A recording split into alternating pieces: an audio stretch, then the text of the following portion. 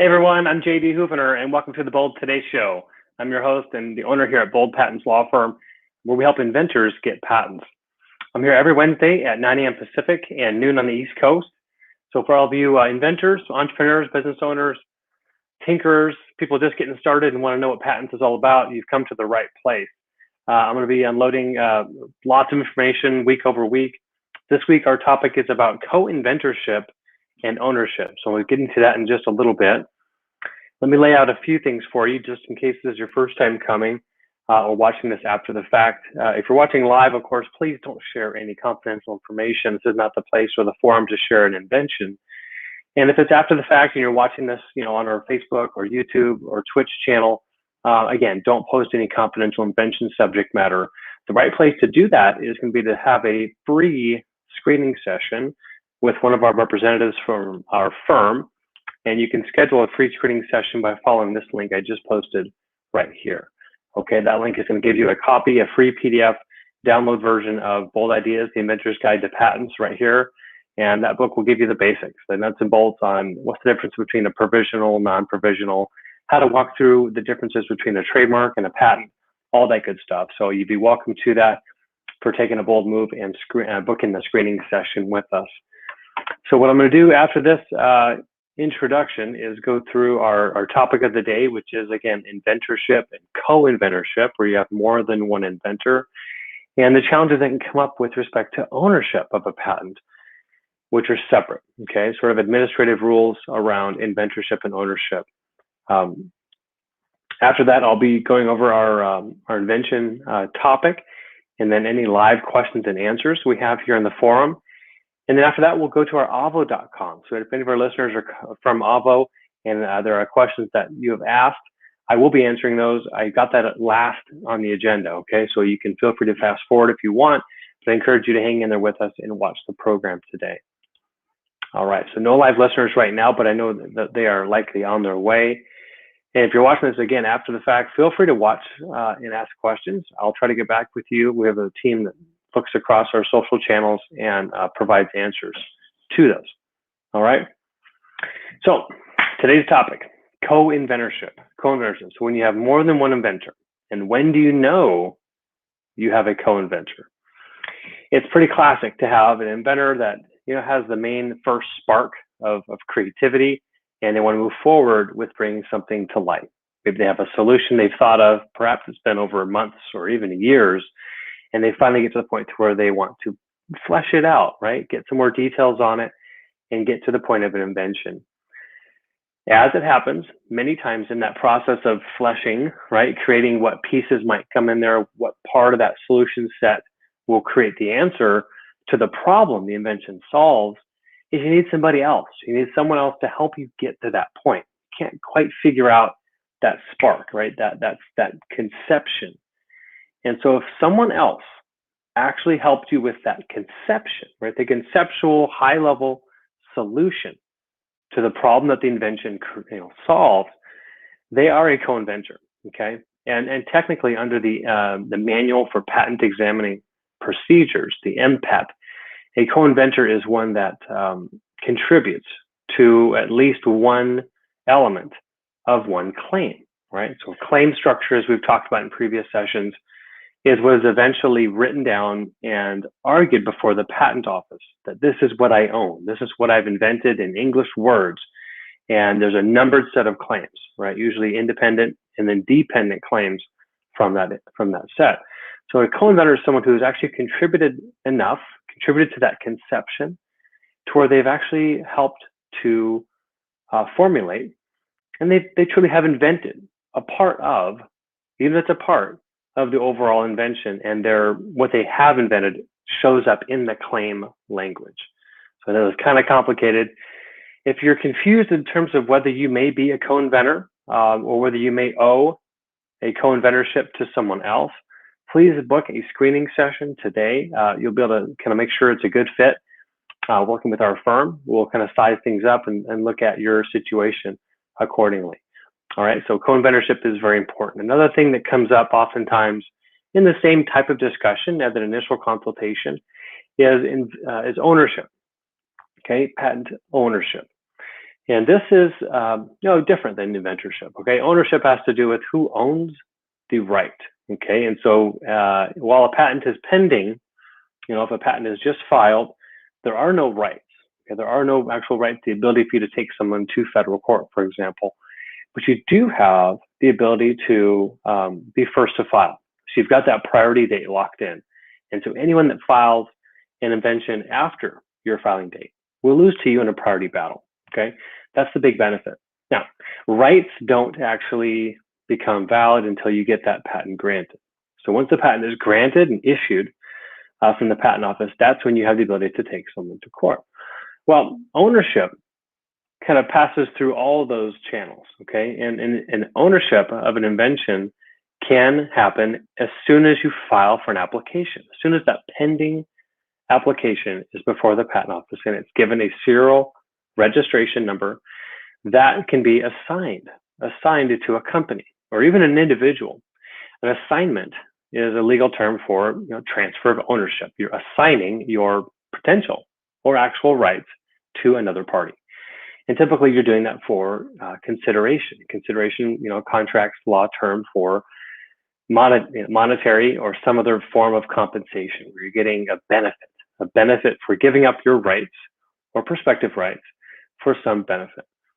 In most common transactions, it's money. Okay, so you're given an outright sum of money or payments over time, or even potentially through a license agreement where you're making a royalty based on either gross receipts or net income, whatever it is that you've negotiated.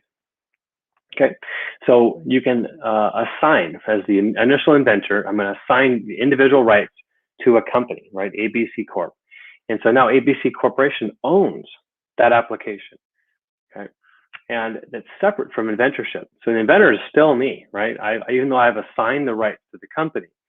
So the patent attorney will have duties to both the inventor and to the company, right? To make sure that the inventor is fully represented and the company is as well. So I don't want to muddy the waters too much with respect to attorney-client engagement. But I want to kind of back step a little bit, okay? Because what can happen up front within inventors, especially those that are working full-time or even working part-time for an employer, in an employee-employer relationship, is there are special provisions in many states. There are enforcements under an employment law where if you're inventing on the job, okay, as part of your duties, as part of your normal day-to-day and day in, day out work, and or your boss has asked you just to develop a solution to a problem, you will most likely be obliged to assign your invention to your employer. Okay, so your employer will actually own the invention, not you. And this is very important to do this inquiry right up front. Right? We don't want to have you working with us directly if it turns out that your company is going to be the one that ends up owning the patent rights. You don't want to necessarily pay out of your own pocket for the benefit of your company, unless that's something you have negotiated in advance with your company ownership. So, long story short, right up front, that initial consultation, if you are an employee and you've taken a look at your employment contract, it's an issue that may be raised. If your invention subject matter, if what you've invented relates very closely to what you do as an employee, watch out, right? You got to be careful and make sure that all that work is done on your own time, using your own computer, your own resources.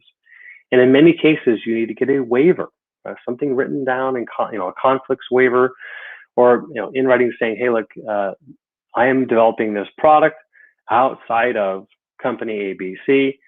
I'd like to pursue this and own it independent. And they would sign off and agree to that, likely making sure that you're not going to be working on your side hustle during business hours while you're an employee. So that's a very important thing to understand right up front. All right, well, that's it for inventorship and ownership. I want to make sure I covered those two subjects with you, and we did. I do have a few patent application questions here in Avo. Before I do that, I want to just offer, for any of you, those that are watching this after the fact, I am available for direct email or text inquiries, if that's the way you'd like to operate. So I'm going to provide that information here, right there. And Flavio, good to see you. You're on the journey, my friend. Yes, you are. So simplifying the questions for our customers. The design patent would be like having a park place, and having the utility patent would be like having boardwalk. Nice. Let me share that with everybody. I think it's a cool way to say it. Yeah, that's good. That's good. I think the analogy is close. I would almost say, you know, having the design patent is like having all the greens, right? Pacific, Pennsylvania, and North Carolina, right? Whatever that is. And having the utility patent would be having the blues, all right? So meaning having both, because a patent does provide you a monopoly, okay? And so I want to make sure that that analogy sets in that once you have a patent granted, either design or utility, you have got a monopoly, my friend. You've got the ability to prevent anyone else from making, using, or selling that invention. And what's better than a monopoly? Well, having the whole strip, right? The whole street, okay? I mean, you're blocking out even more. Because as you know, as I've talked about, design patents protect what things look like. And that is awesome, okay? Which you've got as on your swirl for example. If you had a utility patent as well, gosh, now you can prevent others from doing something similar, even if the shape is different, okay? If its function matches your claim elements, now you've also got protection there. So awesome question. Thanks for bringing that. All right, let me jump to some Avo questions. And Flavio, you're welcome to answer any or ask any follow-up questions there too. It's always good to see you. Thanks for hopping on. This first question here is out of Atlanta, Georgia. Let's see here. Okay, and this one might be a little different category, but I'll put that in the comments and I'll share that with everyone here. Again, I don't necessarily pre-screen these. All right, I have a template for t-shirts and mugs, etc. But it's original, but it is original. Do I need to get a patent? And how much produce the template for the ministry? Okay, well, how cool. Well, someone's producing a template. I'm imagining sort of a logo perhaps, but maybe it's something that maybe it's having to do with the actual clothing article. But when you say mugs, it makes me believe that you're kind of putting on a specific, template or logo or pattern onto various products, and it's related to the business of the ministry, okay? What I would say here is this is under trademark law, not patent law. So trademark law is all about representing words or designs, right? Look at our bold logo, right? This is a design, and here's the word, right? Patents. That's two-part. It's actually both. We have both a word mark, as you see right above me. This is the word mark, bold IP, and there's the logo mark for bold. It's probably hard to see, a little fuzzy. But you gotta have both, okay? The trademarks protect customers, believe it or not, from confusion. So your customers in this case would be prospective parishioners at the ministry, or current parishioners there. You wanna make sure that they can see the template, the logo, the wording, and recognize, oh, yep, I know exactly what ministry that is. I can tell, right? That association is goodwill, right? It's the relationship, it's the feeling people have about your ministry. And so that's under trademark law. And so you want to pursue a patent firm or a trademark firm. Our firm would be happy to work with you to conduct a search, okay, a registrability search to see, hey, is anyone else using this type of a word mark or design? In this case, you're calling it a template. Have they used it before in this specific area of classification for ministry? And if they have, you might be in trouble. You might need to change your mark. But if it is not already registered, we can then help you apply for and get registration for that. All right. Hope I helped answer your question there out of Atlanta, Georgia. So next question here is out of Holiday, Utah. Okay. I'll put this question in as well. And keep those live questions coming. I see a few other people hopped on. You're welcome to just fire away with questions. I'll take those as priority. Okay. So who would I talk to about patenting an idea to pitch to LinkedIn about their app? So I came up with an idea that I'd like to patent. What do I do next, and who do I talk to? All right, well, I mean, come on here to our forum and learn. One of the best places is by educating yourself. And I've made this a huge priority in my own practice at our firm. I published a book, right? Bold Ideas, The Inventor's Guide to Patents. That is yours, a PDF downloadable copy if you take action and schedule a free screening session. Reading books, reading our blog. I mean, we've got a lot of wonderful articles there. I encourage you to take a look there. Certainly, there's other resources outside of our own website. The Patent Office at uspto.gov is fantastic. Okay, so I've just provided that link to the government's website. It's important for you to learn a little bit about it, right? Obviously, you don't need to become a patent attorney or go to law school or anything. You're an inventor, but you should be aware of the process, right? I don't want you to get bamboozled by anyone. You know, it's kind of like anything. You want to spend your money and time and effort in. You got to learn just enough to be able to, hire the right professional. Make sure you're comfortable. That's one of the amazing reasons why we set up a screening session, is so we can kind of get to know you a little bit, make sure there's a good fit before we move forward together. So absolutely, no matter what you're trying to, protect, whether it's an app idea for LinkedIn or a new mechanical hardware, component for the kitchen. Okay, whatever it is you've developed, the first step is going to be discuss your invention with a trained professional.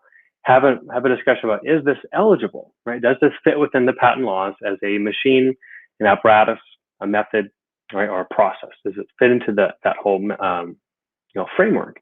And then what are the steps after that? And what would go into a patentability search opinion? And that type of a search, which would look at worldwide prior art to make sure that, hey, what you've invented is truly unique. Then you'd look to potentially file an application, and only after filing would you then perhaps want to approach someone like LinkedIn in a very strategic way. So there's a lot of steps that come before approaching or pitching a company like LinkedIn. But I really appreciate your question here, and I wish you the very best of luck. Again, I encourage you to reach out to me personally via email or text if you have any questions, and certainly visit our screening session as well to get the ball rolling. All right, Flavia, you had a question here. You're feeling guilty asking this free question. No, this is great. This is why I'm here. So don't be bad, Flavio. Why would the USPTO publish your claims? Is your question. Let me share this with everybody. Is it to see if someone else has invented my spiral time ingenuity and to come forward? Oh, okay. Well, it's part of the process to publish a non-provisional patent application. There are ways to request not to publish, but when you do that, you forfeit the right to international protection. Okay, so if you're looking to try to go big and try to get rights in other countries, you want to publish. It's required. Okay, and it's part of the normal procedure, even though you haven't gotten your patent rights granted yet. All right, so the traditional path is provisional is filed January 1st, 2021. Non-provisional, the formal application, is due to be filed January 1st, 2022. Okay, 12 months has gone by. While the non-provisional is pending, I mean, typically it takes a year or so to get a final determination, or longer. 6 months after that first non-provisional submittal, which is now it's June 1st, 2022, 18 months has passed from January 1st, 2021 to June 1st, 2022, that application will get published, right? And even though it's still pending, that is part of the publication process. We want to be able to share with the country, share with the world, frankly, what you've come up with. And it's part of the risk of going into the patent office system, in that even if your patent never actually makes it to the finish line, if you never actually get the rights granted, it gets published, right? Meaning that the public is going to gain information and knowledge from you. And also it sort of allows the examiner off the hook. They don't have to keep confidential all these pending applications. It becomes part of the public record. And so they don't have to themselves cite all this, submittal information. It now becomes part of what's known in the art. And certainly they can cite published applications when they look to try to reject or object to claims that have been submitted. Long story short, there's really no way out of publishing, and it's part of it. And so it is just even more motivation for you to try to get all the way to the finish line and get your patent granted. So thanks for your question, Flavio. Keep them coming. Do not feel guilty. I love that you're here every week. I'm hoping to build a vibrant community. So share this with your friends on social, Flavio, and anyone else that's watching. I want to get this, bubbling. I want to get 5, 10 people asking questions. That's the best. I mean, there's nothing better than real live questions from inventors. So thanks again for that. We did touch on both of our patent questions on the application side today. So I will do one more on the patent infringement side, and then we'll wrap up. Okay. Let's take a look at this. Oh, this is actually right on point. This is right on point because we just talked about patent ownership. This is quite a long one. Okay, so I put this in the comments. It's probably going to break it up into 2 here. Now let's read it off. Am I required to support my former employer to defend multiple patents? I left the company 11 years ago. I did assign the patents to my employer. However, their attorney called last week and told me that the patents had been challenged by another company. As I know these patents were initial patents and subsequent patents refer to these ones. If the challenger can get those patents invalidated, I assume, it can have a domino effect on their portfolio. Am I obligated to help them? Such a good question. So remember, we just talked about this earlier today. So while they were an employee, they assigned. I did assign the patents. They gave up rights to those patents, okay, while they were an employee. After they have left, okay, I mean, 11 years ago, that's a long time. After you no longer are an employee, I don't believe there are any obligations to you, okay?